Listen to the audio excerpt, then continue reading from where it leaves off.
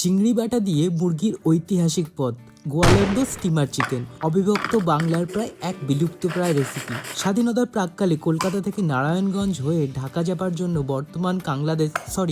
বাংলাদেশের গোয়ালন্দ ঘাট থেকে স্টিমারে উঠতে হতো। সেই স্টিমারের মাঝিরা এই রান্না করত।